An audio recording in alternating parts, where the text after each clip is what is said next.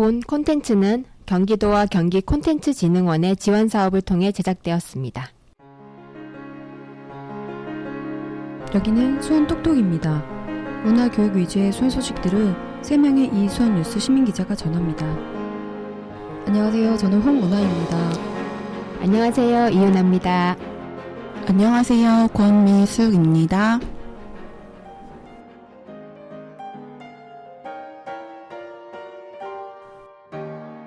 솔맘님 어디 가세요? 저 도서관 가요. 수어맘님 어디 가세요? 저도 도서관 가요. 유진맘님 어디 가세요? 저도 도서관 가요. 어디 도서관이요? 네, 오늘 시민기자님 어디 가세요? 에서는 수원 시민기자이면서도 누군가의 어머니기도 한 저희들이 자주 가는 수원 소재지 도서관에 대한 소식을 전하고자 합니다. 소율맘님이신 이윤아 기자님께서는 주로 어느 도서관을 가시나요? 네, 제가 주로 가는 도서관은 한아름 도서관인데요. 지금 저희가 라디오 녹음을 하고 있는 수원시 미디어센터와 함께 있기도 한 곳입니다. 청소년 문화센터 안에 수원 미디어센터도 있고 한아름 도서관도 함께 있는데요. 제 집에서 길만 하나 건너면 있어서 자주 찾게 되는 도서관입니다. 한아름 도서관을 알게 된 거는 아이가 그 걸음마를 시작하게 된 시점이 겨울이었어요. 한겨울. 그래서 어디 길 건너 공원을 돌아다니다가 건물 있게 들어왔는데 도서관이 있더라고요. 그게 바로 한아름 도서관이었어요. 그래서 한창 추울 때 집에서 나와서 아이와 산책 겸 와서 도서관 복도를 왔다 갔다 하고 그리고 거기 안에서 같이 책을 빌려서 보기도 하고 했던 그런 한아름 도서관을 저는 자주 갑니다. 한아름 도서관 복도에서 네. 소율이가 걸음마를 뗐다면서요? 네, 걸음마를 마스터했습니다. 도서관이 아이를 키웠군요. 도서관이 아이를 키웠다고 할 수 있죠. 왜냐하면 여기 청소년 문화센터라서 되게 다양한 문화 프로그램들이 많았거든요.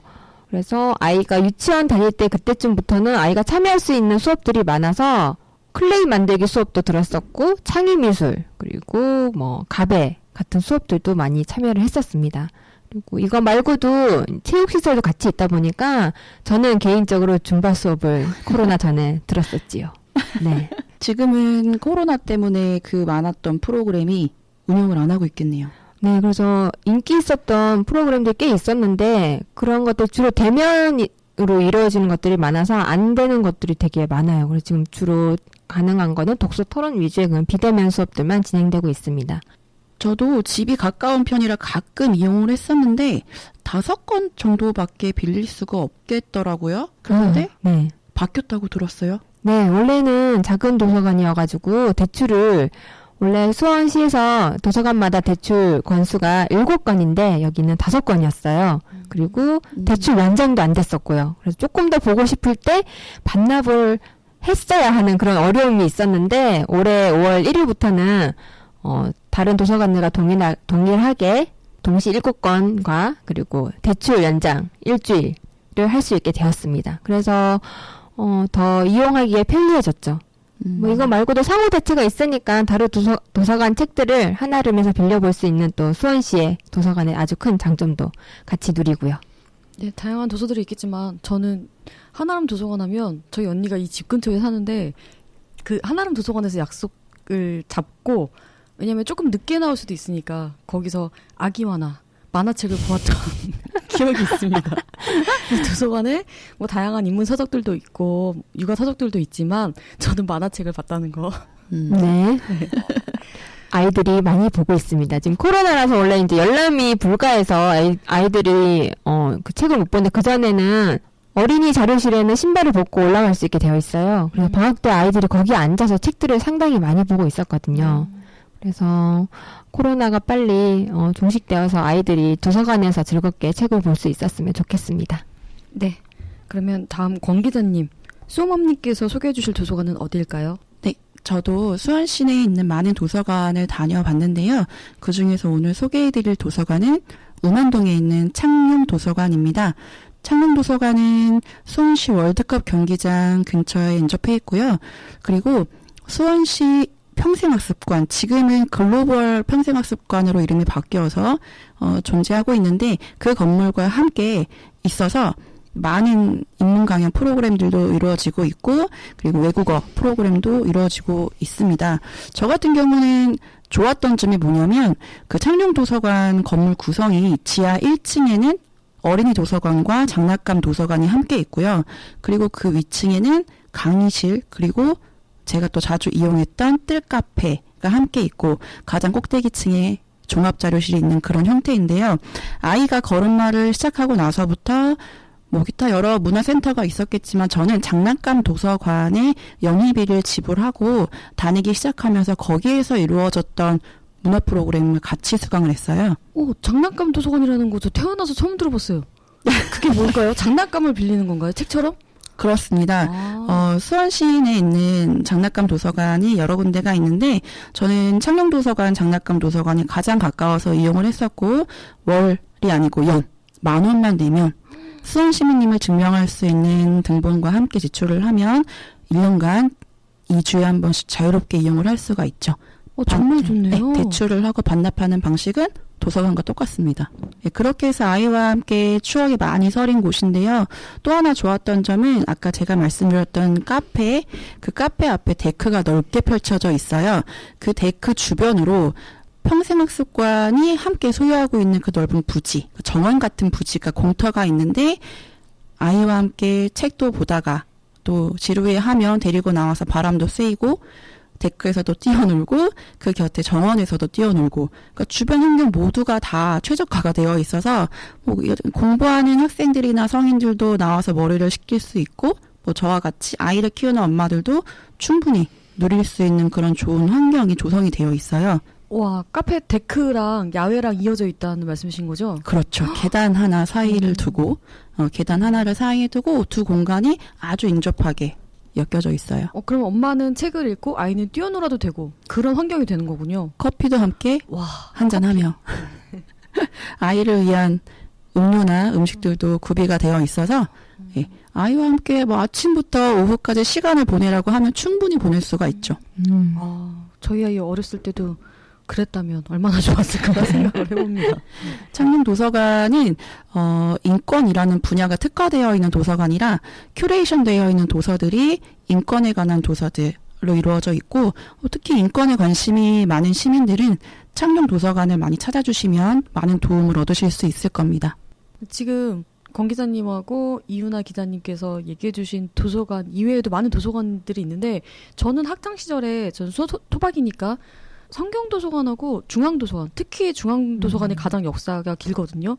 많이 다녔던 기억이 있습니다. 팔달산에 있어서 올라가면서 이미 에너지가 다 진이 빠지지만 네. 또 도서관이라는 그 공간이 주는 그 분위기가 있잖아요. 그래서 굳이 등산을 해서까지 올라가서 중앙도서관에 갔던 기억이 있습니다. 네, 맞아요. 저도 집에 있는 사진을 뒤져보면 꼭 여름방학 때마다 아이들과 함께 일렬 좋은대로 몇 줄을 서서 찍었던 사진이 있는데 그 사진의 배경이 뭐냐면 중앙도서관 여름 독서교실. 오. 매년 다녔던 것 같습니다. 네. 등산을 하셨군요. 네, 어렸을 때부터 다녔던 것 같은데요. 유나 쌤 어렸을 때 학창시절 때 다닌 도서관이 있을까요? 중학교 3학년 고1 올라갈 때 저는 그때 의왕시에 살고 있었거든요. 그래서 동네에 도서관이 처음으로 생겼었어요. 그래서 친구들이 공부를 하러 가자고 해서 갔는데 제가 공부를 안 해가지고 그래서 친구가 그때 되게 공부에 도움되려고 불렀는데 공부에 도움이 안 된다며 집에 가라고 했던 그런 기억이 있네요. 네. 네, 다양한 추억이 서린 도서관. 네, 저는 집 근처 영통 도서관에 자주 가는데요. 주로 글 청탁이 들어오면 반드시 도서관을 이용을 합니다. 집도 있고 저희 월세도 내는 집필도 있지만 집중을 해서 글을 쓰려고 하면 도서관을 꼭 가야 되는 것 같아요. 저 같은 경우는. 왜냐하면 저를 지지해주는 것만 같은 혹은 제가 언제든지 도움을 받을 수 있는 그런 도서들이 물리적으로 놓여있는 공간이 주는 편안함? 위로 이런 것들 때문에 도서관을 자주 이용을 하고 있고요. 그리고 수원 소재 도서관에 소장된 책은 많게는 성경도서관이 46만여 권 정도, 그리고 적게는 망포 글빛도서관이 4만 권 정도의 책을 보유하고 있어요. 그런데 이 영통도서관은 그 절반 정도인 29만 권 정도의 책을 보유하고 있습니다. 각각의 도서관에서는 앞서 말씀해주신 그런 다양한 프로그램들이 진행 중인데요. 제가 추천해드릴 영통도서관 프로그램으로는 초등학생 독서교실, 우리 고장 수원 알기라는 초등학생들이 신청해서 할 수 있는 프로그램이 있고요. 그리고 시민 누구나 참여 가능한 온라인 모교 교양 강좌, 문화와 종교로 보는 아랍인의 삶. 마지막으로 추천할 프로그램은 영통도서관만의 특화된 프로그램은 아니지만 중년인 제가 신청해보고픈 그런 프로그램이라서 소개해드릴까 합니다. 고통과 치유의 인문학이란 프로그램인데요. 도서관 지혜학교라는 인문학의 지혜를 갈망하는 신중년 세대가 전국 대학의 인문학 전공 주임 교수와 도서관에서 12주 동안 함께하는 인문 심화 프로그램 중 하나입니다. 고통과 치유의 인문학 프로그램은 독서와 토론을 좋아하는 신중년 20명을 모집을 해서 이 프로그램을 운영한다고 해요. 그래서 제가 지금 설명해드린 이 3개의 프로그램은 7월 13일 현재 접수 중이거나 아직 접수가 시작되지 않았으니 다양한 독서 문화 프로그램에 관심이 있으신 분들은 수원시 도서관 어플을 설치하시고 확인해 보셔도 좋겠습니다. 그리고 어플에는 독서 문화 프로그램과 그리고 또 북스타트 프로그램, 푸른숲 책들 예약, 도서관 체험 교실, 디지털 자료실 PC 예약 등등 많은 그 도서관에 관련된 것들을 신청하거나 확인해 보실 수가 있어요. 그리고 영통도서관은 독침산 아래에 있어요. 아까 중앙도서관은 팔달산 그 중턱에 위치하고 있는데 영통도서관은 영덕중학교 앞에 위치해 있고 이 독침산을 넘어가게 되면 영덕 고등학교가 나옵니다. 그래서 뭐 피톤치드, 새소리 이런 거를 들으면서도 공부를 하실 수가 있고 환경이 굉장히 좋습니다. 그리고 아까 말씀드린 푸른숲 책들 예약이 수원시 도서관 어플에서 신청 가능하다고 했는데 혹시 이용해 보신 분 있나요? 저는 항상 들어가면 예약이 마감돼 있어가지고 네. 한 번도 못 가봤어요. 저도 예약에 광탈한 경험만 있습니다. 제가 이용해봤습니다. 와우, 역시 권 기사님. 네, 마치 휴가 나온 것처럼 휴양지에서 책을 읽는 것 같은 느낌을 받을 수가 있고요. 현재는 코로나 때문에 최대 2인까지만 받는 걸로 알고 있거든요. 저 같은 경우는 그때 함께 책을 읽고 싶었던 저희 아이 친구 엄마들과 함께 3명이 방문해서 커피 한 잔 마시며 네, 읽고 싶었던 책 잔뜩 대출해 와서 쌓아놓고 2시간 내내 읽다 간 경험이 있어요. 그 분위기가 펜션 같아서 네. 같은 수원에 있지만 어딘가 놀러 온 듯한 그런 기분이라서 좋은 것 같더라고요. 네, 맞아요. 네, 저도 광크를 해서 다음에 이용해 보도록 하겠습니다.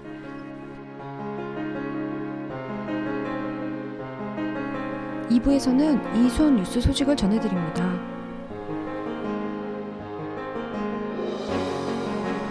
권 기자님, 오늘 어떤 소식 전해주실까요? 네, 제가 들고 온 소식은 최근 6월 1일에 이미 철거는 되었지만 자진 철거냐 강제 철거냐를 두고 아직도 의견이 분분한 수원역 집창촌 철거에 대한 2가지 상황을 전해드리려고 합니다. 시 입장에서는 오랫동안 주민들의 수건이었던 집창촌 철거에 대해서 많은 그런 경과 과정을 거쳐왔는데요. 결국 근처에 커다란 아파트 단지가 들어서면서 드디어 이제 철거를 감행했습니다. 하지만 정작 그곳에서 종사를 하고 있던 종사자들은 강제 철거라고 지금도 주장을 하고 있거든요. 그리고 실제로 얼마 전에는 포주 한 분이 스스로 목숨을 끊는 그런 사고도 있었습니다. 그 중에서 150명 정도가 종사를 해왔다고 하는데 25% 정도만 재활 자원 신청을 해서 지금 직업 교육을 받고 있고 나머지 75%는 여전히 갈 곳을 몰라 헤매거나 아니면 다른 시위를 하고 있고 지금도 계속 잡음은 있다고 합니다. 네. 지금 성매매 종사자분들께서 재활 프로그램에 몇 퍼센트 신청하셨다고요? 25% 정도요. 아, 네. 성매매 근절이냐 아니면 이제 성매매 종사자들의 입장에서 인권을 보호해야 되냐 이런 충돌의 문제에 있어서 좀 제가 첨언하고 싶은 부분은 정희진 작가가 쓴 페미니즘의 도전에서 조금 인용을 해보자면 한국의 성매매는 인신매매, 여성의 가족 부양, 소비 자본의 욕망, 입시제도, 강력한 가족주의, 학연, 가족 내 성폭력, 전무하다시피한 사회복지 등으로 인해서 남성과 여성, 여성과 여성의 계급 차이가 성판매 여성이 스스로 선택을 했다라고 말하는 부분이 있기 때문에 네, 그런 부분에 있어서 이 성매매가 여성과 남성의 성불균등에서도 출발한다는 점을 생각을 해주면서 예, 뉴스를 들어주시면 어떨까 생각해 보았습니다. 네, 이어서 말씀해 주신다고요? 네. 실제로 시청 앞에서 시위에 참가했던 한 여성은 시청을 찾아가 보상 지원금을 물어도 예산 부족으로 늦어진다는 말만 되풀이해서 당장 생계비, 주거비 없이 거리에 내몰린 상태라고 주장을 하고 있고요. 그리고 시에서는 전차적으로 일자리를 잃은 여성들을 대상으로 전폭적인 지원을 해주겠다고 하고 있는 상황입니다. 주거비는 물론이고 이후에 정착할 어떤 재활 지원 그리고 직업에 대한 어떤 상담 이런 것들로 종사했던 사람들에 대한 생존권을 보장해 준다고 하는데 네, 앞으로 어떻게 될지는 두고 봐야 할 것 같습니다. 네. 그리고 이 비슷한 사례가 현재 장안구 파장동에서도 감지가 되고 있다고 들었는데요. 파장 초등학교라고 굉장히 역사가 깊은 학교가 있어요. 그런데 그 주변으로 소위 유흥업소라고 하지요. 유흥업소, 그리고 안마시술소, 그리고 퇴폐 이발소라고 불리는 그런 업종들이 반경 200m 안에 다 포진이 되어 있다고 해요. 근데 그걸 어떻게 자세히 알았냐면 최근에 그 근처에 또 입주를 앞두고 있는 대단지 아파트가 있는데 그곳에 입주를 할 예정자들이 주변 환경을 알아보다가 하나둘씩 이제 알게 되고 충격을 받아 지금 한창 민원을 또 넣고 있다고 합니다. 아직 입주까지는 2년 정도가 남아 있는데요. 그 안에 입주 예정자들은 그 상황을 신속히 개선을 하고 싶어서 매일같이 시청, 구청, 그리고 주민센터 등등 할 수 있는 모든 힘을 동원해서 민원을 넣고 있다고 해요. 사실 겉에서 봤을 때는 일반 음식점이라는 그런 간판을 달고 영업을 하고 있는 걸로 알고 있는데 누가 봐도 일반 음식점은 아니거든요. 제가 봤을 때에도. 그러나 그 업주들은 그들만의 이제 권리를 주장하면서 엄연히 이것은 일반 음식점으로 신고를 하고 영업을 하고 있는 상태이니 그쪽에서 우리에게 불만을 제기할 권리는 없다. 또 이렇게 강경하게 맞서고 있는 상황이죠. 학교 주변에 그런 시설이 있다는 거에 대해서 굉장히 지금 걱정이 되고 잘 그렇죠. 해결이 되었으면 좋겠습니다. 타협점을 찾아서. 예, 이 부분도 굉장히 많은 충돌과 잡음과 그리고 시끄러움이 예상될 것으로 보입니다. 네. 소식 잘 들었습니다.